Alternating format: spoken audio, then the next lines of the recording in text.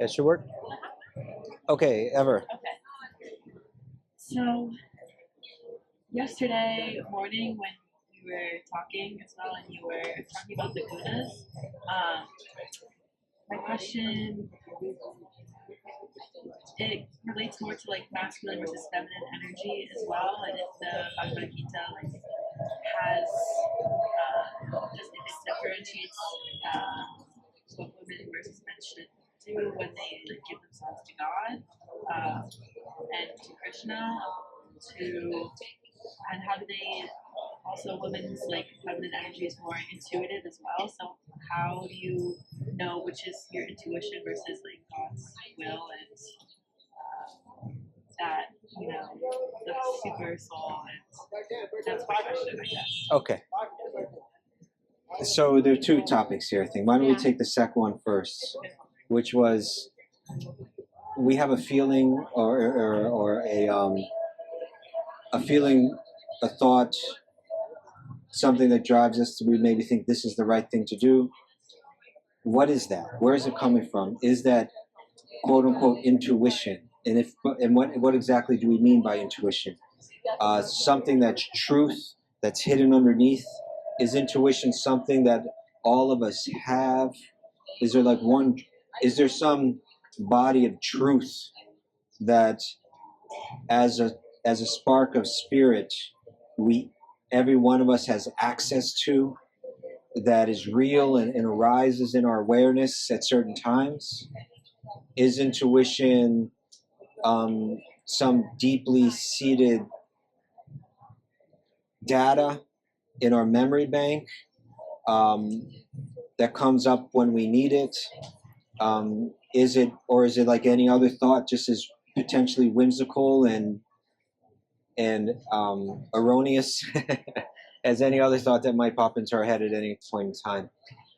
And I think the answer to that is it's difficult just to tell where is this idea coming from. People will say trust your gut, things like that, and I'm not saying that that's entirely invalid, but it's tricky, right? Two people will trust their gut in two very different ways, in opposite ways, and sometimes trusting our gut may be just dead wrong. We have experiences. Sometimes the romantic analogies work well. Someone falls in love with someone else, but everybody knows, no, this is the wrong person. Don't, this person is like, a criminal.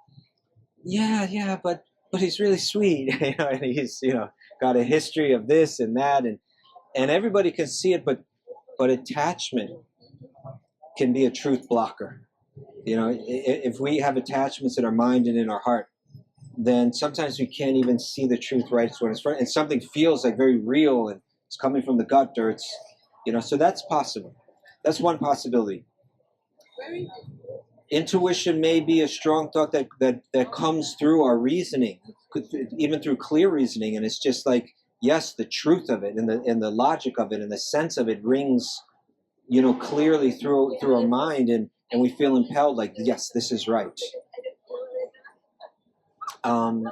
Intuition may be something that's like, it may be something that's triggered in us based on sound information. Like that person feels wrong, they feel dangerous, and maybe it's true.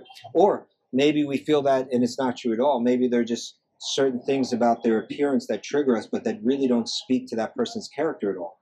It's another possibility. And then there's always the possibility that you mentioned, Paramatma, right? That God within our own heart may be speaking to us very clearly, and maybe kind of override, maybe we generally have trouble hearing that voice, but maybe at certain times he amplifies his voice when we really need to hear it. So what is it that we call intuition? It could be any of those things.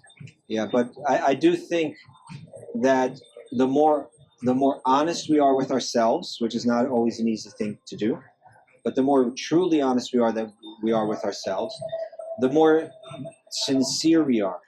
Meaning, I want the truth. even if it's uncomfortable. I want the truth, even if it means letting go of some things that are kind of pleasant to me.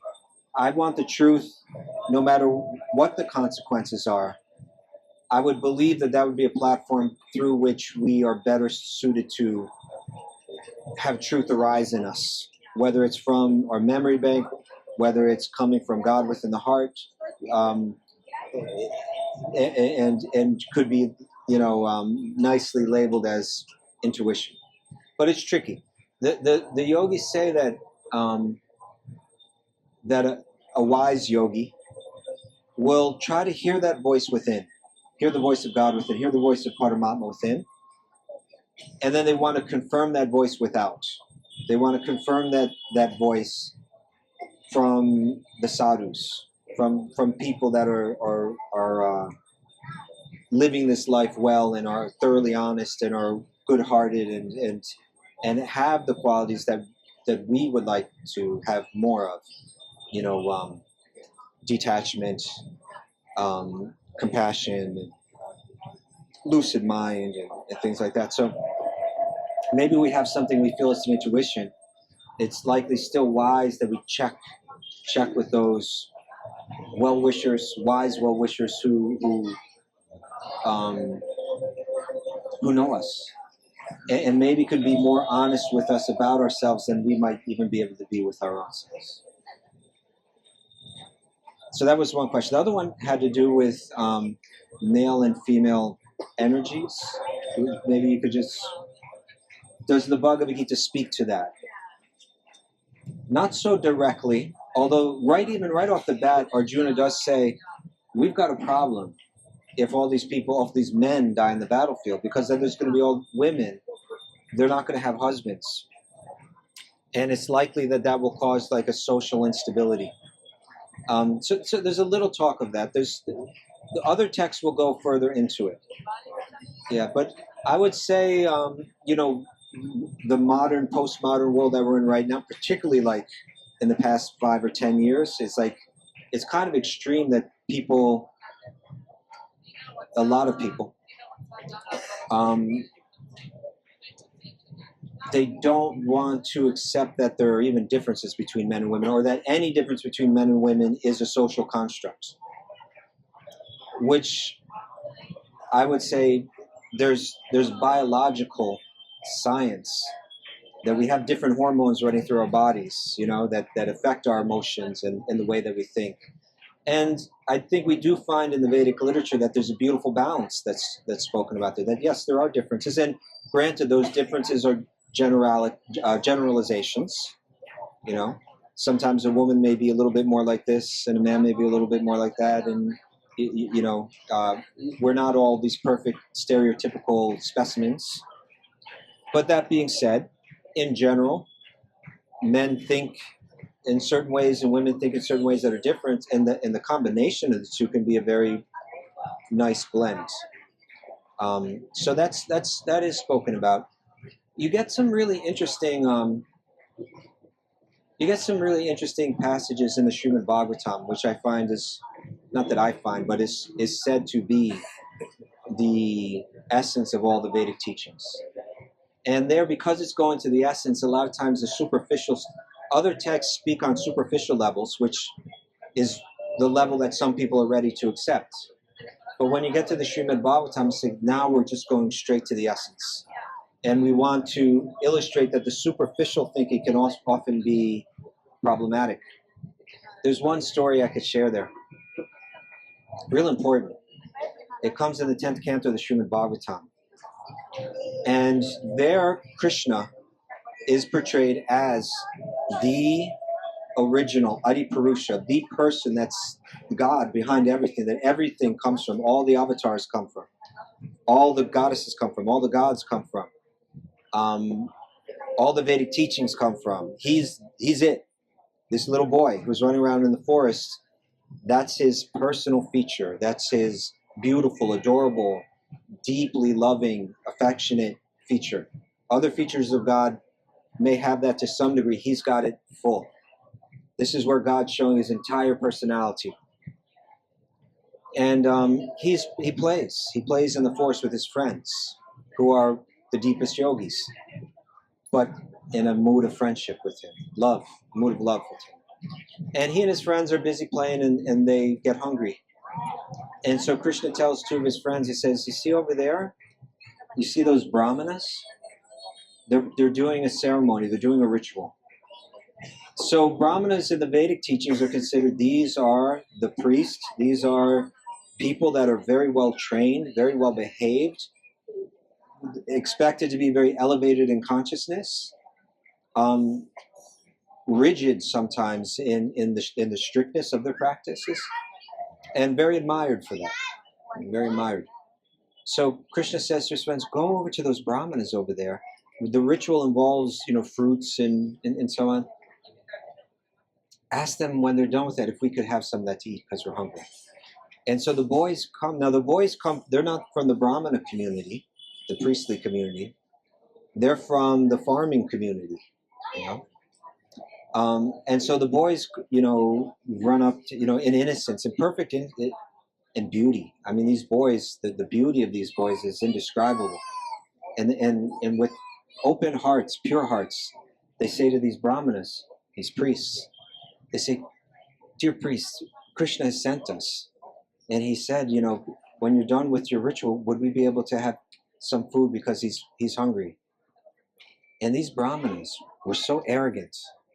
See, because sometimes that prestige and some, that might even be earned in one sense, but it can go to one's head. And whereas in the older Vedic teachings, usually these brahmanas are always being praised. Well, in the Srimad Bhagavatam, it's saying that religious aspect, that external aspect, that superficial aspect, sometimes we lose the point when we get caught up in these externals. And so when they were asked for this food, the brahmanas just ignored these boys. They didn't even look at them. It was like, how dare you even speak to us when we're doing our important work? We're so close to God. We do all this godly work, and you come running, you little farm boy come running over here and interrupt this whole thing, was requesting us for food. They don't even look at them. They don't even honor them by saying, please give us some space. No, they don't even look at them. And the boys feel all like disappointed. Oh, we tried to come, we tried to do some service for Krishna. They just were so cold to us. Like, why did they treat us that way? And they go back to Krishna and they're like, really just sorry, we tried. They didn't even look at us. Krishna says, that's no problem. But you know what? Go to their wives. Their wives are in their homes. Ask the wives the same thing. See how they respond. And so they knock on the door. Dear ladies, we're coming on behalf of Krishna. They're just little boys. And he's hungry, and we've been trying to get some food, but nobody's helping. Would you be so kind, maybe just to give us a little something we can bring to Krishna to eat? And they immediately go, oh, Krishna? Krishna wants food? 1 second. Just wait 1 second. Now, they had never met Krishna, but they had heard about Krishna. They had heard the glories. Just by hearing about Krishna, they had fallen in love with Krishna. And so they're like, oh, just give us a moment. And they're running through the kitchen, and they're grabbing the things and whipping stuff up real quick and packaging it all real nice. And they're like, okay, we're ready. Take us to Krishna. They're like, no, we can take it. No, we want to go. We want to go and serve him personally. And so those boys take these ladies to Krishna. I once saw a drama of this performed. There's one of my favorite temples in the world is in Mumbai. And they have a community there that is just, in my mind, so exceptional, that just right down to the person, and it's a community of thousands of Krishna devotees. They're very sweet. They're very humble. They're very kind. It's like they've all kind of imbibed the mood of their spiritual teachers. And they have this festival that they do every year, a drama festival. They have no professional experience in drama, but for 2 nights, they put on 2 to 3, sometimes 4 dramas, where different communities within that community, someone becomes a director, someone becomes a screenwriter, different people become actors and actresses. They rent out a real theater that holds about 2,000 people, and they put on these dramas. And it's just a beautiful inter-community kind of thing. And so these ladies were playing. I was sitting in the second row, and there were ladies playing these roles. And drama is actually a way you can go very deep into bhakti, because it requires a deep meditation. You play a role, you have to really meditate on that role and the feelings that the character is feeling in their heart. It can force you to go deep within and meditate very deeply on an inner mood of divine love. And these ladies playing the ladies, bringing the food to Krishna, they were standing in front of him, and Krishna says to them, "Thank you so much. You know, it's so kind of you to bring this. It's so much appreciated. Now, please go back to your homes and thank you." And they say, "No, we don't want to go back to our homes. We want to stay with you." Now they're seeing Krishna for the first time with their own eyes, and they're serving Krishna right from the core of their heart with love, and they're feeling the most special feelings that a soul can feel. And they say, "We want to stay with you." And Krishna's like, no, you should go back. And it says in the text that the ladies are crying. And these actresses, they were crying, for real. I was in the second row, I could see the tears were coming out of their eyes and dropping on the floor. I could see the tears go drop like that, you know? They're so deeply absorbed. It's such a, when you read this pastime, it's really beautiful to read. So the ladies, and it's almost reluctantly agree, okay, we'll go back to our homes, but they're going back with these hearts, heavy hearts, full of love, full of emotion, with divine love. The very goal of what all the Vedic literatures and all the yogas lead to, this feeling in the heart, they have it. They have it completely now. And as they're going home, their husbands realize what just happened. That boy is not an ordinary boy. That boy is the Vishnu that we chant our mantras about. He is the Purusha, the divine being behind everything. And he came to us for service, and we turned him away. And they start to say these prayers, these statements that are seen as prayer. They say, "To hell with all our study of the Vedic literatures. To hell with all the austerities that we've been practicing. To hell with all of our rituals and the precision that we chant our mantras with, and all of these external things that are part of the Vedic system and that are considered very important." But it's like, you've ever heard the statement, you don't see the forest because of the trees? Right before us, there he was in all of this practice and all this chant. It was just external.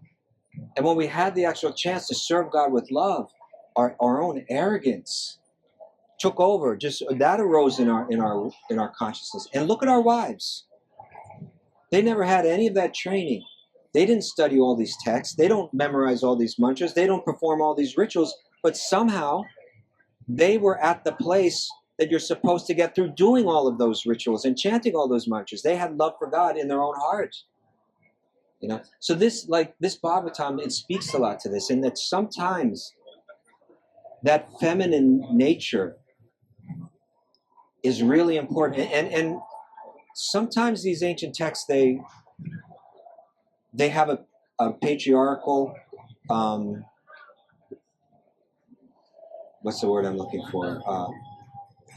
Slant to them. And I have my own theory about how that may be. That there are different texts that speak on different levels. And a lot of people think that the teachings of the Upanishads are the highest teachings. And those teachings are: renounce the things of this world, walk away from this world, go off into the forest, sit down quietly, analyze every desire and every sentiment that you have in your heart, analyze it with cold, stoic intelligence, and break every desire in your heart, even the very soft ones, even your attachments to your family, even the love that you have for your children. Look at it from a very cold, stoic analysis and crack it, because it's illusion. Because the way that you feel about your spouse and your children, you felt that lifetime after lifetime after lifetime. You felt that in your previous life. In every lifetime, you were convinced, this is my wife, this is my child.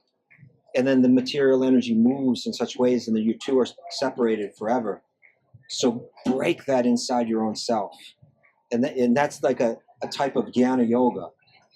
And I believe that it may be that the male intelligence, the male type of intelligence, is best suited for that kind of cold stoic analysis.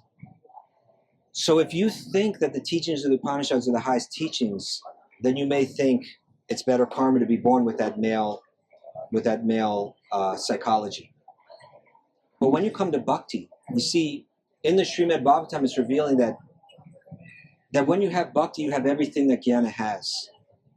But you don't have to walk away from the worlds.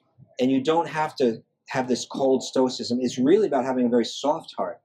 Having a heart that's so soft that it can feel these very deep devotional sentiments that are really the highest truth. And the feminine intelligence, the feminine psychology may be better suited for that. And so when you get to the Srimad Bhagavatam, you get another presentation where, like for instance, in a Leela or a pastime like the one I just spoke of, it's really the women that become glorified over the Brahmanas. If you go back to the four Vedas, the Brahmanas are always being glorified. And maybe the women not so much, not as much. When you get to the Bhagavatam, the greatest yogis of them all are the gopis of Vrindavan, Krishna's girlfriends.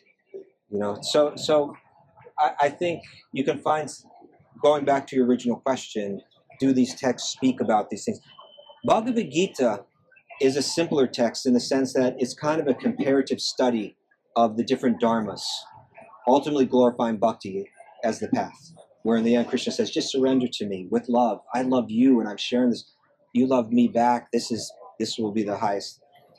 But it doesn't go into detail into lots of different subject matters. It's meant more as that comparative study.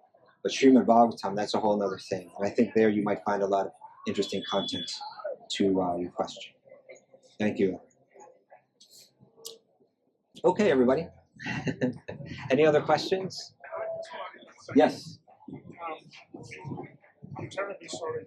No. I was just going to add to an answer. If Yes. you look at Shakti power, so Shakti is actually the earth goddess power. So there's no gods in India without the power of Shakti. She makes the gods gods. Otherwise, gods would just be people. So it's actually without the female power, there is no gods. So this is the heart of Hinduism, is female. But the gods are, as you say, is mostly male. So there's no gods without women. Thank you. Does that help? Yes. Sorry, terribly sorry. It's okay. I didn't realize you were waving at me. I was trying to wave it. Oh, okay. Thank you. Other questions? Morton? Yeah. The other day you said something about that you talked to your guru or master or mentor about if you were supposed to get married or becoming a monk. Yeah. What if I would? Yeah. Yeah, exactly. Yeah. I just been thinking about, because he told me we already have the answer. So was he talking to your intuition, or is been going through my mind that question since you said that? Okay. So I'll tell the story for others that weren't there. Yeah. That I was at a stage, when I was 21 years old, I became a monk. I was traveling a lot in India, always on the move. And I enjoyed that life. And I lived it for 13 years. So when I was about 33, I began to think, okay, because in our path to be a monk means there are like two types of monks. One is called brahmachari, which we call student monk. You're studying. And then another is sannyasa, which is like a lifelong vow of celibacy. So I said, I'm at that age right now. I'm 33 years old. Now's the time for me to make a decision. If I'm going to get married, let me do it now. And if I'm going to be a sannyasi, for my whole life, then let me solidify that commitment now. Because I don't want to like hit like, I don't know, 45 and then feel like, let me, now's the time for me to decide. And my guru was a sannyasi. And he had a reputation as being like a strong, renunciate. And so I think everybody expected that. I didn't know which way to go. I was a little, and he was, I think people expected that he would tell me, stay a brahmachari, be a sannyasi. But he didn't do that. So I was visiting. At the time, he was actually studying in Cambridge University. And so he was living in Cambridge. And I was on my way from New York to India. So I stopped and I spent 3 days with him on the way. And we discussed it. And I shared with you, I think, that I said to him at the time, I said, both paths seem kind of dark to me right now. Both paths seem kind of dark. And he said, no. Actually, both paths are very bright. Either you stay a brahmachari and eventually become a sannyasi and live a happy life that way, or you get married to a wonderful woman and you practice bhakti, in that way, and you live a happy life. Both paths are very bright. It's the way our emotions affect us at different times, especially can get a little cloudy sometimes. And so that was one thing that was just kind of I don't know, it was nice just to hear him say that. To hear him saying that made me realize that whatever kind of cloud is hanging over me right now is, it's just there for now, but it'll dissipate. And so then he said, well, what do you want to do? And I said, I'm really not sure, but I'm about to go to India for 3 months and I'll have some time to think about it. And, maybe I'll just decide when I'm there. And that's when he said, and that's where his kind of strong side kind of came out. But I think it was actually, this may sound like pushy, but actually I think it was exactly what I needed to hear, and I think it made a lot of sense. He said to me, I don't think you need to go to India and think about it for 3 months. I think it's not like there's anything there that's going to add to the equation that you need to add up to make this decision. Everything you need to know, you already know. So the only thing you need to do is you need to be very honest with yourself, right? Be honest with yourself, add it all up, make a decision. Sometimes in life we come to a place where we have to walk through a door and there's no turning back. That's just how life is. It can be scary, but it's a fact that we're all going to come to those doorways, those gateways in our life. And we shouldn't be so timid or frightened that we hesitate. Sometimes we have to make a decision, and then you deal with the consequences of that decision. And so he kind of spoke to me like that, but that's what really stuck with me the most was he said, you already know, be honest with yourself. And he said, and you're going to leave here in 3 days. By the time you leave here, you should know what you're going to do. And I took that in, and I made my decision, and within 3 days, I knew what I was going to do. Did I answer your question? Yeah, I was just thinking about, so basically, so it's about that whole thing about being honest to yourself. Yeah. I quite like that whole thing that you already knew the answers. Yeah. I was just thinking about, because you talked about intuition and these things before. Yeah. So I don't think he was saying you know the answer to this within yourself through some intuition. Okay. I think what he was saying to me was all of the elements of the equation you know, right? You're not going to find some new information in India that's not here. And he wasn't saying it's not something that it's not like there's something hidden deep inside you that you need to pull out. He was just saying, be rational about this. Use your intelligence. But look at your own feelings. Look at your own heart. Look at your own desires. Maybe I'm thinking of myself as some great renunciate. Maybe that's an impression that I had of myself. Maybe it wasn't entirely true, or maybe not at this stage in my life. So I think it had more to do with that. Be honest with yourself. Don't try to portray some image of what you think a spiritual person is. But really look into your heart, look into your mind, look into your circumstances. The external circumstances were really important too. Like, for instance, a lot of my closest friends had been brahmacharis and had become married. So that's one thing. Like, if I'm going to become a renunciate for my life, it's important that I have close friends that I can live that life with. Because the heart, it needs some love in some way, some connection some way. So if I'm not going to find it in a wife, do I have friends there that I'm going to have some kind of deep affection? So there there are other considerations, external considerations. So all of them had to be added up. And he said, you know all that information. Now add it up and choose one. It may be that both could work for you, but choose the one that you think is best suited by being honest with yourself, and then make your move. That's how I used it. Thank you, Lloyd. Okay. Any other questions out there? Please, people standing, if you would like. There are a couple chairs here, although they're up front and in the middle, and therefore intimidating, but they are wide open and available. Thank you, Ever. Other questions? I have a question like, Yes. how do we define the word spiritual in a sense? That's a good question, because the term is thrown around a lot, isn't it? Let's be real practical about it. You know, I mentioned this in one of the classes, that we do classes at 9 a.m. every day for the next couple of weeks. We've been doing it for a couple of weeks, and we'll do it for the next couple of weeks, every day except Mondays, from 9 till 10.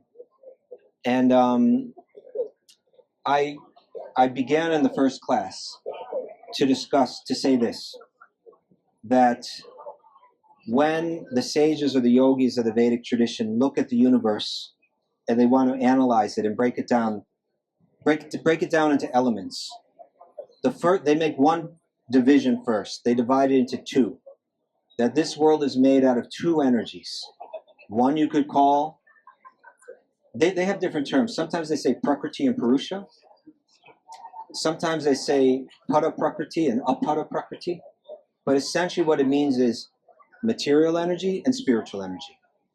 And they're not being vague when they say spiritual. They're being very clear. They're going to define exactly what they mean by that. Material energy is temporary. The forms that it takes are temporary. This plastic chair right here, the elements that make up that chair used to be in a different form. Like, from what I understand, plastic is made out of oil. So this used to be oil in the ground, and that oil used to be coal, and that coal used to be wood, and or bones, and so the material energy is always shifting and taking on new forms, and at some point this chair will no longer be a chair, and all the elements in it will separate and take on another form. And that's the nature of material energy. It's always shifting. And the other difference between material, whereas spiritual energy is eternal. You can't break it down. It's not made up of other separate elements. Like the soul, ourselves, we're made of spiritual energy. We can't be killed. Even the body dies, the soul goes on, because the body's made out of material energy. It's always shifting, eventually becoming destroyed, eventually all the elements separating and taking on new forms. Whereas the spirit, the soul, is being made out of spiritual energy. You can't cut it in half, you can't burn it, you can't crush it, you can't break it down. It's eternal. So that's the first difference between material energy and spiritual energy. And the next difference is that material energy is insentient. It doesn't feel. It has no consciousness. I'm sitting on a plastic table right now. It's not feeling it. Right? There's nothing in there to feel. There's no spirit inside it that feels. Whereas spiritual energy is conscious. Consciousness is the symptom of the soul, the symptom of the spiritual energy. If it's spiritual energy, it feels. It has consciousness. So that's what we mean by spiritual. That it's eternal and it's conscious. And we are all made of that spirit. And the practices to uncover that experience, I am eternal. The nature of the spiritual energy is it's eternal. It's full of knowledge and it's full of bliss. And the practices that we engage in to uncover that feeling of my own eternality, my own knowledge, inner knowledge, my own bliss, those practices, we can call them spiritual practices, because they're practices aimed at uncovering that spiritual experience. So this is what we mean when we say spiritual. It's very specific. They're very clear. These sages are very clear about what they meant by spiritual. Okay? Thank you. Good question. Thank you. Other questions, anyone? Welcome to our little gathering here. Thank you. What's your name? Margaret. Margaret, where are you from? New York. Me too. I know. I heard this morning. Okay. Where are you from in New York? Westchester County. Where in Westchester? Somers. Okay. I grew up in Westchester County too. Where are you from? Pleasantville? You know Pleasantville? Yeah, I know Pleasantville. Okay. So I'm near Katona. Okay. I used to go to the dam there sometimes, right? Is that oh no, Valhalla. That is Valhalla. It's close though, right? Yeah. Okay. Well, any questions? Not at the moment. Okay. Thank you. Yes. Since you used the word consciousness, Yes. can you define that, please? Sure. Consciousness means that it means experience, right? Like we're all conscious. Right now you're experiencing something, you're feeling something, you're aware of something. That awareness, we can call it consciousness, right? And it's a big question. It's practically the biggest question in science. What is consciousness and where does it come from? Many scientists, the trend in the past century is that consciousness is something that's constructed out of matter, that it's like any other machine, that you blend matter in the right way, in the right combination, and consciousness arises. That's what we've been taught. That's kind of what's been taught in science for a long time. It's still held, that idea is still held by many in the world of science. But actually, it's become, their conviction is becoming weaker. Maybe not on an individual basis, but on a collective basis. More and more of the high level scientists are beginning to say, you know what, for a long time we've been digging into this, trying to figure out how consciousness is created. But they're getting nowhere. They have to admit that they're getting nowhere. Whereas if 10,000 years ago you climbed up these hills, you would have found yogis up there, and they would have told you exactly what consciousness is. Consciousness is the nature of spirit. It's the nature of the soul, right? That consciousness is within spiritual energy, and it's something that's eternal. It's a different type of energy. You cannot see it with these eyes. Even if you get a telescope, even if you get a microscope, you're not going to see it because it's of a different dimension. It's a completely different type of energy. So as long as you're looking for it with the same techniques as you're looking at matter, the scientists will study matter and they'll make amazing discoveries. But if you're going to take the same equipment and try to find spirit, you're not going to find it. So many of them are still hoping if we just keep looking, we're going to find it. And others are like, we've been looking for a long time and there's really no rational reason not to accept at least the possibility that consciousness is a completely different type of energy that doesn't operate according to the laws that matter operates to, right? There's a joke that's sometimes told that, you come home at night and you park your car and you look and your neighbors across the street, they're kind of down on the street and they're crawling around like they're looking for something underneath a lamppost. And you go over, oh, maybe my neighbor needs some help. You walk over to the neighbor and you say, you lost something here? And they say, well, I lost my keys. Say, oh, and you lost them in this area? No, I lost them over there. Well, why are you looking over here? Well, because the light is better here, right? You're never going to find, you're never going to find. What if consciousness is something that lies outside of the realm of the material senses? Then you're never going to find it with your material senses. You're going to have to find out about it in some other way. And the yogis are saying you can find out about another way through hearing the testimony of those who have had deep spiritual experience. That there are experiments that you can do. And there are many yogis that have done these experiments. And they found that what was in the testimony of the sages from thousands of years ago in these texts like the Upanishads and the Mahabharata and the Puranas, we've done those experiments and we've experienced the exact same things that they reported. But then that's the only way you're going to find them. You're not going to find them by looking under the lamppost of the range of your material senses. They lie outside it. You're going to have to step outside it. Now, are you going to be truly objective and give that a try? At least admit that it may be a possibility? Or are you going to narrow the field of your experimentation, irrationally say that the answer must lie within this realm and deny that it exists? And I think more and more as younger qualified scientists come up. I mentioned earlier, some of you may not have been sitting here, but we're talking about intuition. And we're talking about sometimes our own attachments block our own reception of truth. And so imagine if you're a scientist that's written many books and built a reputation on certain theories, and what to speak of received funding, in the millions of dollars to do your research. And then you find out that everything that you built your career on is false. It's going to be difficult for you to give in to that. It would take a thoroughly honest person to come and say, I've been respected as a great professor and as a great scientist. I've written these books that have been praised by other scientists, and now I have to admit that I was wrong about everything. It's going to be a rare person that's going to say that.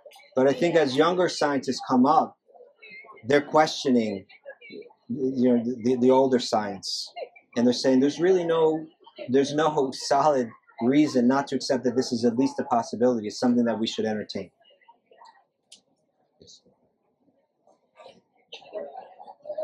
If, as you say, consciousness is something separate from matter, then what relevance is it if it doesn't actually affect matter? And how does it actually affect matter? What relevance to us, or? If we're doing scientific observations, right, and we're doing cause and effect and all this, and we're noticing subatomic particles, what relevance is consciousness if it doesn't actually have any influence on the material energy that's measured? I never said that it doesn't have any effect on the material energy. It does in every way. In other words, this form right now that I'm in is only together and is only animated because there's spiritual energy within it. But there's no, in science, there's no quantifiable fact. Well, again... So if it's so separate, then how is it actually relevant? Like, it just down to how is it free will? Free will? How can you actually? How can we, as non-temporal spiritual beings, have any genuine effect on the material energy? As scientists, they're looking at cause and effect and its transmutations and permutations and whatnot, right? Yeah. So we have these different theories are largely mathematical, based on particles and all this. But if there's no measurable effect of consciousness on the actual thing that we're observing that's quantifiable, how can we say that it's actually relevant? I'm not sure who it's supposed to be relevant to, but the point of it being measurable, it's a question of what you're measuring it with. Like, for instance, if I'm sitting inside a building and I'm looking through a window outside, and I see that leaves are blowing around, I may come to the conclusion that it's a windy day, although I can't actually see wind, right? But I can, and I can't. There's no way that I can measure that there is wind. I don't have a windmill out there or a weather vane, or there's nothing that there's no scientific equipment that I have measuring wind. But I'm using my intelligence to determine that there must be wind here by seeing how it moves. And in a similar way, there's a testimony coming from these yogis who have saying that they've experimented with spirit and had experience. They're telling us that spirit is what moves matter, and they're asking us to experiment with it. Is that right? No. Thank you. Any other thoughts, questions? And one moment. You have questions, right? I know you said you're going to come with some questions, so you're great. So first of all, to clear that gentleman's doubt, like you said that what is the, I'll take just 1 minute to explain 2 points on his question. So there is there's an experiment in physics, double slit experiment.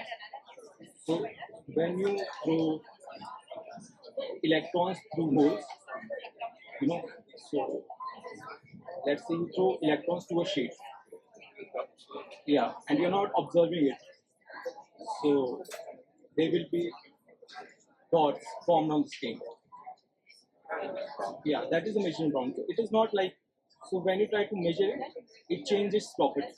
So that is an open question in physics, and physicists are trying to solve that. So I think if you are able to solve that question, you will get your answer like the question you were asking. So my question is, if is it possible for a person to, if he is on a spiritual path, can he know it on his own that he is advancing spiritually?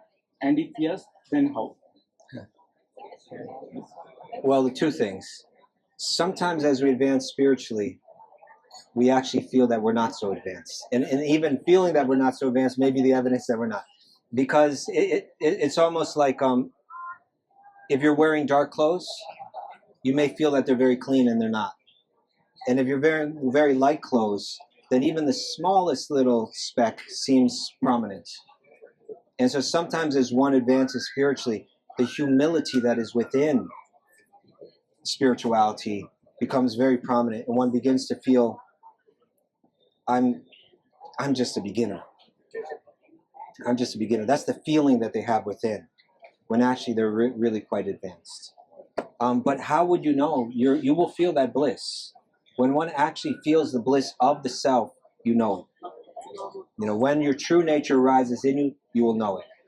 You'll feel a tremendous sense of peace, contentment, and happiness that's beyond anything you experience on the material level. The last question is there any way to differentiate between contentment and happiness? There's, I mean, just, you know, grammatically, in terms of the English language, there's some distinction, but I think you're asking on in a spiritual sense. You know, contentment means, for the yogi, we talk about this contentment. What's the word again? Contentment in Sanskrit? Thank you very much. Santosh. Yeah, santosha. It becomes a really important element to practice contentment. To practice contentment. In other words, let me be satisfied with what I have. Because if I'm not satisfied with what I have, it will draw my awareness externally, searching to change something outside of myself until I am content. Let me be satisfied simply, like that. That becomes like a really important. If we're going to be able to go within, we're going to have to learn to become content. So that's important. Happiness could be contentment, or it could be a deeper kind of bliss beyond contentment. Contentment is somewhat of a neutral state, whereas happiness could be seen as a positive state. You understand? There's a joy that may be something more than contentment. You know, contentment means I don't need anything more. Joy is something is something beyond that, something beyond the neutral. Makes sense. And we were quoting a verse last night, a really important verse from Srimad Bhagavatam. That has to do, you could say it has to do with contentment. A really good verse for the yogis. Are you all ready for this verse? Some of you may have heard it last night. There's one verse that says, all that there is within this entire universe to satisfy one's senses is not enough to satisfy one whose senses are uncontrolled. Should I say that again? Yes. The beginning is talking about external things, right? All that there is within the entire universe. If you had everything in the universe, all that there is within the entire universe to satisfy one's senses is not enough to satisfy one whose senses are uncontrolled. If you don't learn to control your senses, you're never going to be satisfied. You're never going to be content. It's not a question of getting one more of these or a little bit more of that. You can keep getting the better job, the more money, the this, the that, all the things that we think are going to make us content. If you haven't learned to control your senses, the senses are going to keep demanding more, even if you had everything in the world. So, all that there is within the universe to satisfy the senses is not enough to satisfy one whose senses are uncontrolled. It's santosha, it's contentment. I hope that is helpful. Thank you. Yeah, I was Luis. Yeah. I'm just like wondering a lot about surrender. If you can expand more in that topic, and also the second one, like peace of heart. So how to really maintain once you kind of feel that, how to keep peace of heart. So the first one has to do with surrender. Yeah. Different yogis, especially in the realm of bhakti yogi, they talk a lot about surrender. They analyze it in different ways. One way of surrender means the deep conviction that God provides for me. Right? Yes, I know I should surrender to God, and I know that's important, but first I really need to do this, or I'm not going to, things won't be okay. So one who's surrendered to God has this deep inner conviction. Everything I need, God's going to give me. God's my provider. Also, God is my protector. Right? The surrendered yogi has a deep inner conviction like this. That's part of surrender. Now, here's the real big part of surrender. I accept everything that's favorable for my spiritual life. I let go of everything that's not favorable. That's surrender. Right? There are things that I could be doing right now that would be good for my spiritual life, but I'm not quite willing to do them. I'll do them later. I haven't surrendered yet. Right? Or there are things in my life that are really holding me back from advancing in spiritual life. But I kind of like to have them, and they're not that bad, and sooner or later I'll let them go. Right? I haven't surrendered yet. Does that make sense? These are some ways that they describe surrender. And then your other question had to do with like peace in your heart, like how, like once you feel peace in your heart, like sometimes you feel it and then you lose. I mean, here we are in an amazing surrounding, but let's say you go back to work and stuff. Oh, yeah. So how to really keep that peace in your heart? the how-to questions. Sometimes they always have the same answer, right? You practice sincerely, But if you're asking this like specifically in the context of like I'm here in India and I'm in a very spiritual place with very spiritual people and I'm feeling some peace in my heart, but I'm worried that I'm going to go into another atmosphere, back to another atmosphere, and it's going to be difficult to maintain this. Yeah. Louise, it's true. It's going to be. But that's okay. I'd say this, and I don't know how this is going to relate to you in your life. So let's just start talking about it and see if my life and your life start to coincide or collide in a particular way. When I first came to India, I was a monk. I was already on a path following in the footsteps of senior monks. And the whole idea was we live to try to serve humanity, to try to serve God and to serve humanity. So when you come to India, you get something. You get some special blessing. You get some special knowledge. You get some special experience. And you get hopefully some special peace in the heart. But you know all the time that you're going to go back, right? But hopefully you're taking something back, not just for yourself, but for others as well. So we were never thinking, oh no, I'm going to go back and I'm going to lose what I have. We're thinking I'm going to go back and I'm going to share what I have. Right? And that kind of keeps some momentum going. At least it did, for me, I found, it was seen as a gift and something that you can share. So that's one thing. But there's also, you need to surrender more. In other words, someone that's fully surrendered, it doesn't matter where they are. Yeah, they're carrying it inside themselves. But if you're saying, I was in a place where everything that was coming through my senses, everything that was coming through my eyes and my ears, it was edifying to my spiritual life. But then I go back and I start voluntarily accepting all other kinds of sounds and all other kinds of visions and into my, I'm going to scroll and watch this and I'm going to do this and I'm going to associate over here and I'm going to go to this place. And because there's taste there that I still haven't lost the taste for, then you can expect that what you had it's going to start to squeeze some of that out, and it's going to start to take the space in your mind and your heart that's occupied right now with this peace. So you need to protect that. And you protect that by saying, Nope. I'm not interested in hearing this gossip. I'm not interested in watching this ridiculous YouTube video. I'm not interested in this and that and the other. Or even if I still have some, if my senses are still calling for it, I'm going to take control. I'm not going to be ruled by my senses. I'm not going to be ruled by my fickle mind. I'm going to have them working for me. That kind of determination, when you start to get there, when you start to say, listen, minds, you're not in control anymore. I'm in control. That's when this spiritual practice really starts to get real. Yeah, yeah. You know, sometimes I say, like, they just had Kumbh Mela, right? I've never been to Kumbh Mela.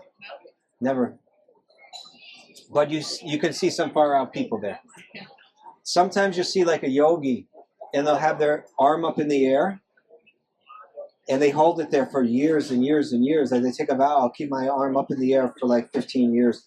Even when they go to sleep, they kind of tie it up, and if you go and see them, they're holding up, and their arm is kind of withered. They got real long nails. Like, what is going on? What are they doing there, right? What kind of practice is this? And honestly, I don't know. I would imagine there's got to be some kind of text, maybe not original Vedic text, but some text that grew out and was influenced by the Vedic teachings. Different kind of tantric ideas that grew out of, you know, that certain yogis kind of developed based on Vedic teachings, but kind of came up with their own experiments. And it's all a laboratory experiment, what's going on. But what is the meaning? Why would someone hold their arm up in the air, take a vow to hold their arm up in the air for 15 years? I have my own theory about what they're doing. Would you like to hear? I believe what they're saying is, all my life, my mind has told me what to do, and I follow what it says. You're going to be comfortable and happy when you eat this food. You're going to feel happiness when you find this mate. Once you're lying down in the bed, you're going to feel good. Once you're doing this, you're going to feel... And I spend my whole life doing what my programmed mind is telling me I need to do to find happiness. Well, you know what I'm going to do? I'm going to put my hand up in the air. And then my mind, very shortly, is going to tell me, you're going to be happy when you put the hand down. Put it down. And I'm going to say, no.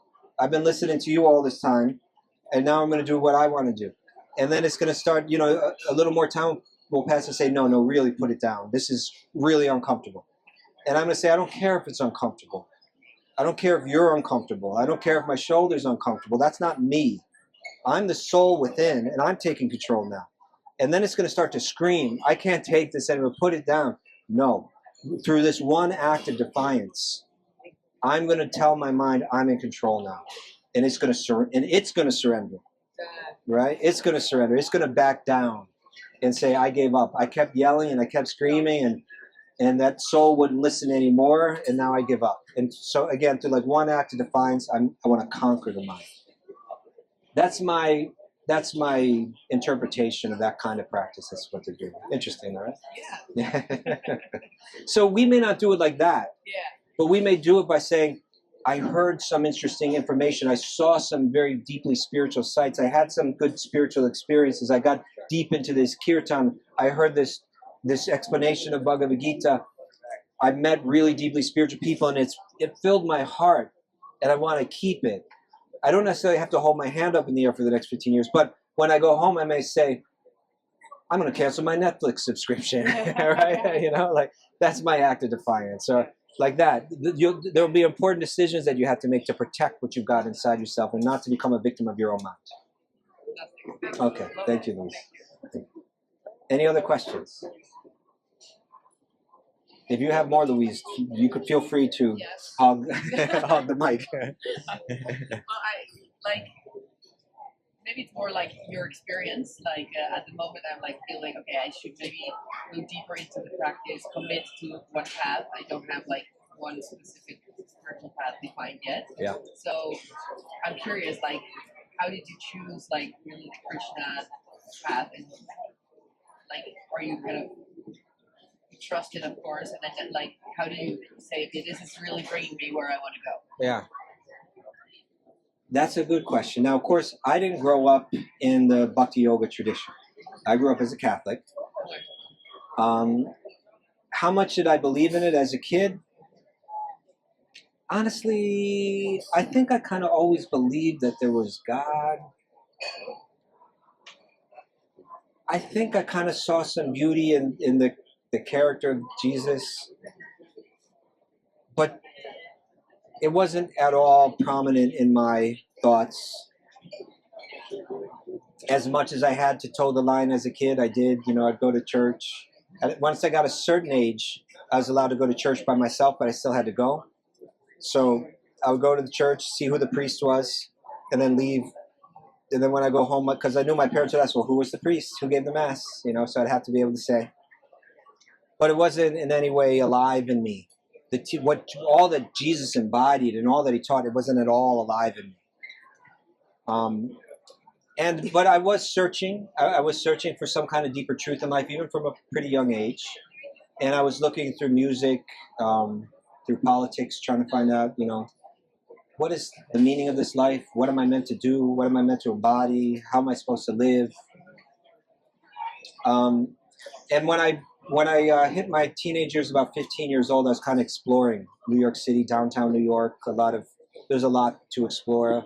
A lot of different types of people with different ideas, very great convictions. It's kind of like dynamic people.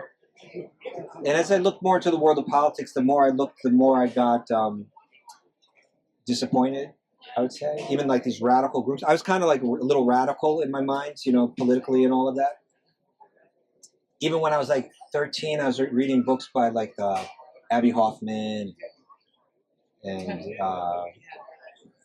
Malcolm X, and I was okay. There's something there, But as I began to meet those kind of people, I saw a lot of what they were against was just manifesting in them, but just coming from a different political direction. Like in others, the hatred or the callousness or whatever, I saw it in the same people. I said, this isn't, maybe they're recognizing the problems, but I don't know if they really have the answers. Right? Yeah. And my friends, Jiva was one of my friends when we were kids. So she knows everybody that I'm about to talk about. Have you met Jiva? Jiva over here. I knew her when I was 15 and she was 13. And so we were in this kind of very wild world of New York's Lower East Side in the early 80s as kids. And there was a lot of drugs, there's a lot of violence, there's a lot of punk rock, there's a lot of just craziness, a lot of art, a lot of politics, like all this stuff going on. But there's also spirituality in there. And spirituality was coming at me in two directions. One was through music, because I was also getting into like reggae music. And as I was losing faith in the political figures that I was interested in, it was kind of the spiritual side was coming to me through the music. And I was looking deeper into that and feeling something resonate on that level. But at the same time, my friends, who were absolutely insanely wild, thuggish street kids, living in abandoned buildings and really, really tough kids. Not even like high school dropouts, but they dropped out before high school. They had somehow caught on to these ancient bhakti texts. Because the neighborhood that we hung out in is actually the very first neighborhood where bhakti yoga was transplanted from India into the Western world. Yeah, the Lower East Side of New York, where Bhaktivedanta Swami Prabhupada, he left India and came right to the Lower East Side. And the very park that we all would hang out in, which was a really like a real mess of a park, it was like, hypodermic needles all over and all kinds of violence and all, but it was right there that he went and he began doing this kirtan in that spot. And so from that point, bhakti yogis would always come to that park and they would do kirtan, or they would distribute prasadam, or they would come and talk or pass out books about the wisdom of the bhakti tradition. So somehow my friends got turned on to that, even though they were like these completely insane kids. And I was kind of like one of these kids that was like using my brain, like trying to figure it out and questioning it. And kind of like, I was probably really annoying to a lot of people, because I wouldn't accept what my teachers were telling me and I would debate with them. And so I would kind of take that kind of tenacity into the park benches and the stoops, and there's so many different people that I would really question any kind of philosophy that was presented to me. And these friends of mine were presenting this bhakti philosophy. And I would turn it on and really try to break it apart and really try to, disassemble it. And I found that they had the most solid answers for everything. No matter what I threw at them, they had an answer for it. No matter what they threw at me, they could defend it. I couldn't tear it down. And I was really saying, all right. The first time I saw Bhakti Yogis was in Washington Square Park in New York, and they have a big festival once a year called the Rath Yatra. And they take over the park. The whole thing becomes a festival like this. There's kirtan, there's food, there's question and answers booths exactly like this. It's more or less what's going on here, but on a larger scale. And they would come, and I would hang out in that park like on a daily basis, and all these guys wearing orange, they got the shaved heads, they got the stuff on their face, they got this crazy music. And I'd be like, who the hell gave these people the right to come in and take over the park today? I wasn't impressed. My first vision of it. And then my friends started getting into that weird stuff. But then they had all these answers coming from it. And so I wasn't quite ready to say I'm ready to become one of those guys. But I was impressed. So I started reading those books, and those books really started to resonate with me. Books of Bhaktivedanta Swami Prabhupada, Bhagavad Gita, Ishopanishad, and other publications that were like collections of his talks or things like that. And it was really working on me, It was really, and it was funny because the same kind of truths I was finding through the music, they were ringing on both sides for me. Bob Marley on this side and Bhaktivedanta Swami on that side. Like I was really feeling a connection. But yeah. And then one day I was invited to come to a program in one of my friend's apartment, and this was just like a street kid and living with an empty apartment on the Lower East Side. And it was some Hare Krishna program. I bumped into another friend. He said, "Do you want to go to that?" I said, "Nah, I don't think so." And he said, "There'll be some good food there." He said, "That's true. That's true." So I went, and it was me and 5-6 friends sitting on the floor, and this sadhu walked in, wearing saffron cloth. He sat down with us. He spoke to us for about an hour and a half or so, fed us, and then I walked out. And when I stepped out on the sidewalk, I said, "This is it. I need to dedicate my life to this. This is what I've been looking for. This is that. I can't deny it. I'm trying to deny it. I've been trying to deny it for some time. I can't deny it anymore. Whether I like it or not, this is it. I got to dedicate myself to this." And so that's when I began practicing it. I don't know if I'd call it practicing it seriously, but I began to bring it into my life on a relatively, in the sense that I was doing 2 hours of meditation a day. I was giving up sex. I was giving up drugs. I was starting to get dedicated to it. And then about 6 months after that, another sadhu, another sannyasi, invited me to travel with him. And that's how I became a monk. I just left New York behind and got into it. So getting to your question, it is like my first exposure to Eastern thought was Bhakti Yoga. It wasn't asana. It wasn't Be Here Now or Alan Watts or the Dalai Lama or a lot of other channels that other people come through. It was A.C. Bhaktivedanta Swami. It was Bhakti Yoga. And then when I came to India, I was really began to be trained in that, what that philosophy was, where it comes from, how it comes down, who are the great teachers in the tradition, how they responded to other philosophies and all that. I got like a whole background in all of that. And so it satisfied me. And there are texts that really go into great detail about how there's truth in all these traditions, and but what's special in this tradition, and what's special about this tradition has kept me very satisfied, and so I've continued to practice it to this day. Thank you. Thank you. How are we doing on time? 8 o'clock. Okay. 8:05. Okay, still a lot of time here. Any other questions? Anyone from the left side over here, stage or stage right? Good to see you. Center stage, stage left. Louise is still here. She's got a lot of questions. Anything more? Yeah, I mean, there is a question about like once you, let's say you really reach that sort of enlightenment or spiritual realm, is that then, or you can call it like you wake up or you're there, is that permanent? And like, do you live there? And then how is it to stay here? Like, can you be in those two worlds at the same time? Yeah.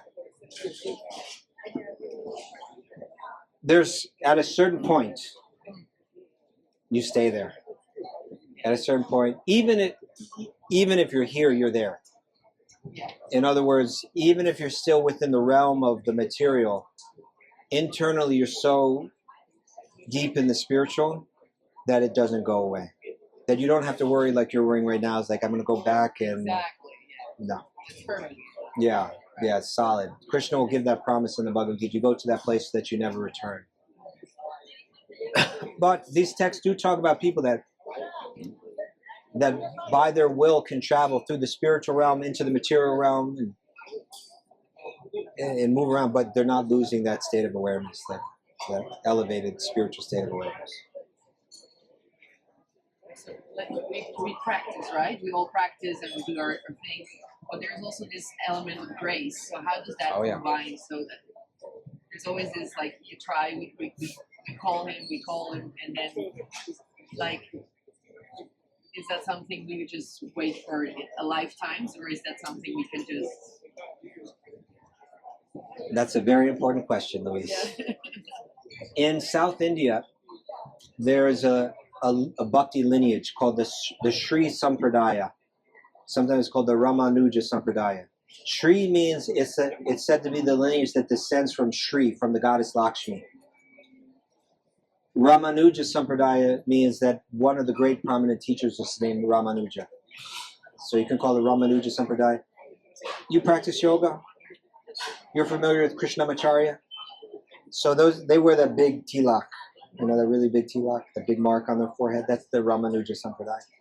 He was from that lineage. And within that, always, any institution always kind of has its offshoots and its different camps and everything like that. So within that lineage, there's kind of two camps. One is called the cats, and one is called the monkeys. Okay? And this has everything to do with your question. What's more important? Is it our own endeavor that brings us to a state of enlightenment, or is it the grace of God that brings us to a state of enlightenment? Or if it's both, what's more important? And so the cats believe one and the monkeys believe the other. Which one do you think is which? Which one is grace and which one is effort? Effort, the cat. And grace, the monkey. I'm sorry, but you failed that question, Louise.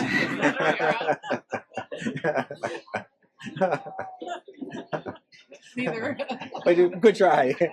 You had a 50-50 chance. The monkey.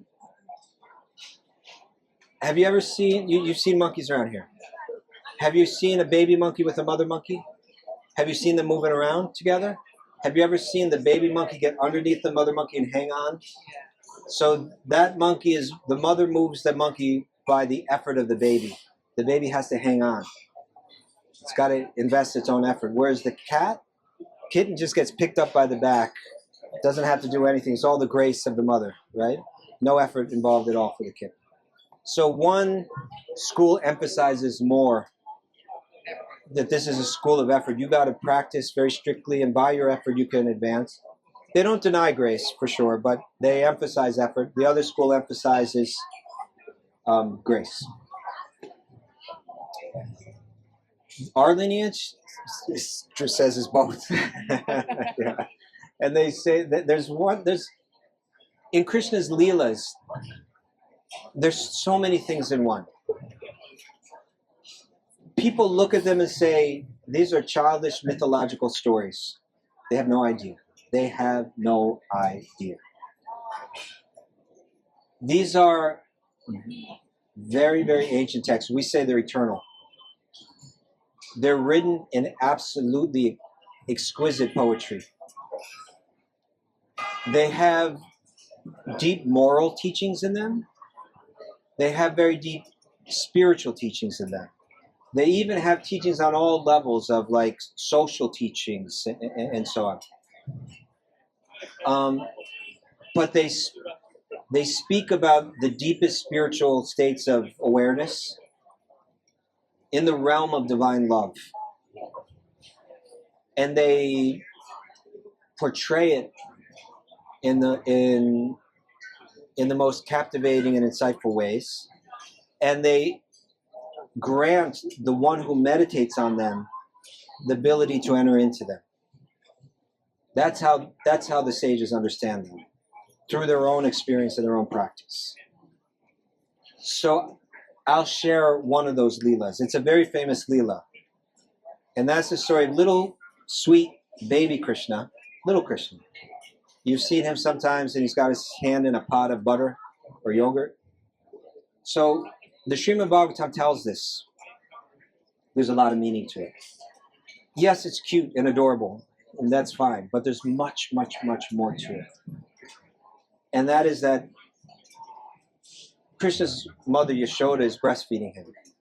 And he's in perfect bliss because the love in her heart is being shared in this act. Through the very milk of her breasts, she's sharing love with Krishna. And Krishna is receiving that love and reciprocating with his eyes and with his smile and with his touch. And it's a perfect manifestation of divine love in eternal perfection. But then she realizes that she has a pot of milk on the stove that she's just using to prepare something nice for him, and it's boiling over. So she puts him down and she runs to the stove. Krishna becomes upset. Now she's neglecting me. And he takes off. And he's running. And he's like, okay, if she's not going to take care of me, then I'll just have to get it on my own. So Krishna's the setting, if I just say Krishna comes from the cowherd community, it sounds like I'm telling a little story, but the way that I want you to understand it is the setting for the most exceptional divine pure love to be exchanged, the setting that the drama of all this is set in is a cowherd community. Okay? Wherein their business is milk and yogurt and so on, and caring for the cows with love. And they transform that milk into yogurt, they transform it into butter, etc., etc. Have you ever had real butter?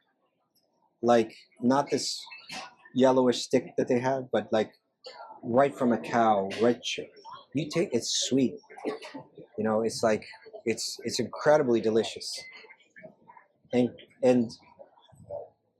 the cows love Krishna. The cowherd men who are taking care of those cows and feeding those cows and taking those cows out to pasture and caring for them all day, they love Krishna. And then the person that's milking the cow, they love Krishna. And then Krishna's mother takes that super high quality milk, all invested with love at every stage, and then she cooks it down for Krishna and transforms it into yogurt or butter, investing her love into that milk. So when he tastes this, it's not just a kid tasting butter or a kid tasting yogurt. He's tasting the love of those that love him in this concentrated form. And so he goes in. You have to take that stuff and hang it in a pot because there's monkeys all over the place. If you ever go to Vrindavan, have you been there? I'm going. No kidding. When? On the 14th. Who are you going with? Okay, because maybe I can turn you on to some really good people there. It's essential. Yeah. It's essential. Yeah, thanks. That would be amazing. Okay. We got to make this. You're going right in the middle of holy. Yeah. Prepare yourself. the same. It's going to be insane. Okay, do you understand that? Okay. There's nowhere that is nearly as insane as where you're going. Okay. Putting that out there.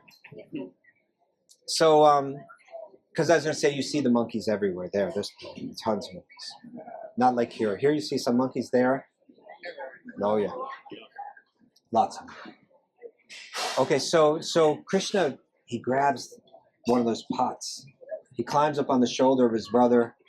He gets in there. He breaks it down. He's got a pot of this butter. He's eating it. He's feeding it to the monkeys. He's having a party here, just all in spite of his mother putting him down. And then he hears hears his mother coming. He starts to run. And his mother's chasing.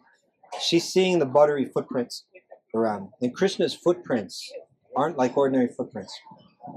They're incredibly beautiful. And they have beautiful markings in them. They're kind of just stunning to look at. You know, this is the footprint of God in the most adorable way.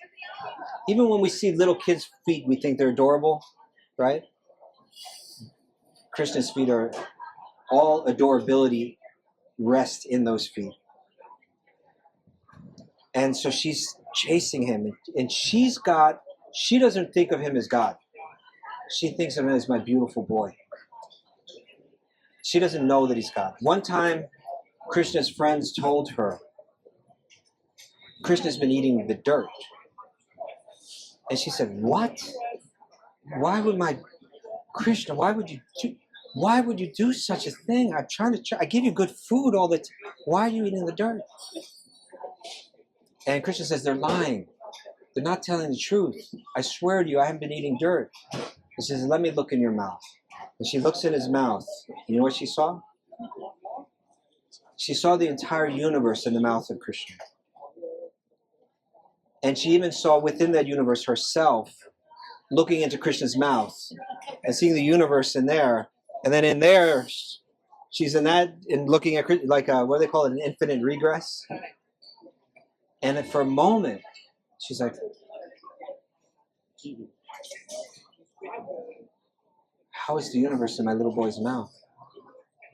And then her love for Krishna just overwhelmed that. Because you can't love God like a mother loves a child. Because the whole thing is he needs me. That feeling he needs me is not there if the universe is inside his mouth. Right? So her motherly love is so strong, it just dissolves any understanding that this is God I'm dealing with. So she's thinking, my boy has done this bad thing. I need to correct him. She's running after him. She's trying to chase him. How do you catch God? Right? Who has the speed? You know? Somehow he allows her to catch him. And then she's like, this is the kind of thing that you'll never do in America. You do this, you'll get in trouble. I'm going to tie you up. There's a big grinding mortar there. It's kind of like a big hourglass-shaped kind of heavy wood thing that you put the spices in and go like this. So she's going to try to tie him up to the wooden mortar. And he's crying. What's going on here? Is Krishna just pretending that he's afraid of his mother? Or is he actually afraid of his mother? Right? If he's God, how could he be afraid of his mother? But it appears that he is. So the great sages, they write in detail about exactly what's going on. This is the most esoteric side of yoga. God is so moved by love that he forgets even that he's God. Right? And he becomes lost in this Leela. He becomes lost in this play because this play is where the deepest yoga is attained, the deepest love, the deepest. What is yoga? It's the focus of one's awareness on one spot and ultimately the focus of one's awareness on God. These people, their love is so deep that their awareness is entirely riveted. It's always on God. It's the strongest type of yoga, this when you're overwhelmed with love. And Krishna becomes overwhelmed himself because that power of their love is so strong, it even overwhelms him. Right? So when he's actually afraid of his mother. And she's like, I'm going to have to tie you up now. But she tries to tie him up, and she doesn't have enough rope. The rope is 2 fingers too short. So she's kind of frustrated. So she goes and she finds a little bit more rope. She ties it and makes it longer. And then she goes and tries to tie him up, and it's still 2 fingers too short. And then she finds more rope and more rope, and more, and no matter how much, it's still 2 fingers. And the Srimad Bhagavatam is describing exactly what she looks like. She's got this incredible, beautiful face like the moon, with big eyes like lotus petals. You know, and her skin, her beautiful skin, golden skin, is like perspiring. It's making her look more, and her curly hair is kind of like getting in front of her eyes, and she's working so hard to try, you know, and the flowers in her hair are falling, and it's just the most perfect, beautiful vision of motherly love that exists in the world. And little Krishna is looking up at his mother and feeling her love in this variety. And she can't get the rope long enough. It's still 2 fingers too short. And you know what the sages say those 2 fingers represent? Our effort and God's grace. Both have to be there in order to capture God. And finally, by the power of her love, she binds Krishna. And then therefore he's called, sometimes Krishna is called Damodar. It means he's bound at the waist.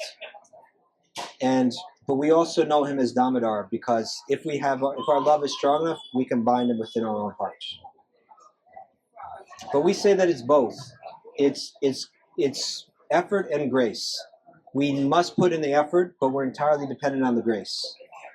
One example that was given, if it's like, there are 2 ways to get a degree from a university. Say I want to get a degree from Harvard University. Most people have to work hard to get that degree. And sometimes a person is granted an honorary degree, right? They don't even go to school, but the school says, we are going to give you this degree. If we want to get a degree from Harvard University, we can't count on it that they're going to come and give us an honorary one. We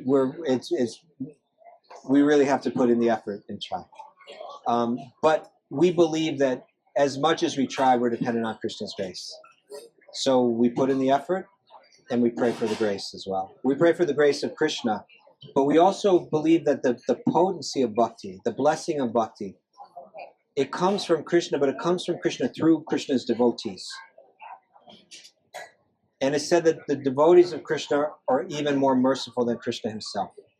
Now, how is that? How can a person be more powerful, be more anything than God? But there are different ways that this is explained too. Would you like to hear one of them? Yeah. Sometimes a child doesn't appreciate all the love of the parent. All the love of the parent, all that the parent provides, all the protection that the parents give, it's just a big manifestation of love. But the child sees it as like, no. It's like cramping my style. It's not granting my freedom. I don't need you. I don't want to have anything to do with you. And the parents are trying to like say, no. You have to accept what we're giving you. And they're like, no, I don't want to. Leave me alone. And then they go off. Right? And now the parents want the child to come back. But they can't just come and drag him back, because even if they do, they're still going to want to go. And they still won't be able to accept the love of the parent. And if they go and find the child and they start to explain everything again, it's like, I've already heard this stuff, and leave me alone. So then the parent just has to say, I have to let them go. And I'm here and I'm ready for them when they come back. And maybe I'll occasionally send them a message, but I just can't force it on them. But sometimes there's someone else, like another relative, like say an aunt or an uncle, the cool aunt or uncle, like that, that can go and speak on behalf. What are you doing here? You're misunderstanding your parents. They love you. You really got to go. And that person may be able to reach out in ways that the parents aren't able to reach out. So the Bhakti Yoga is saying we're kind of like that. We've kind of turned our back on God and said, don't call me. Don't text me. Leave me alone so I can live the life that I want to live. And we're not recognizing just how kind God is, just how much God is giving us love, how much God is giving us, providing for us. protecting us. We're just not perceiving it. And he's not going to force it on us. We'll just resist it. But one of his devotees may come and say, no, you're misunderstanding it all. You're going to be so much better off when you turn around and go home. You're living here homeless. You're in jail. You're this, you're that. No, they're waiting for you back at home. Come on, let me take you home. So it can be like that sometimes. So that grace, often the most powerful way it comes is through the devotees. We feel God's grace. Thank you. How's the time now? It's time to quit. I've been giving the signal. Okay, 8:30. Thank you all so much. It's a joy every night spending this time with you. And of course, as we're saying, 9 a.m. tomorrow, we'll have more formal class. And we'll be back here again tomorrow around 7-ish. Thank you all so much. Hari Om Tat Sat.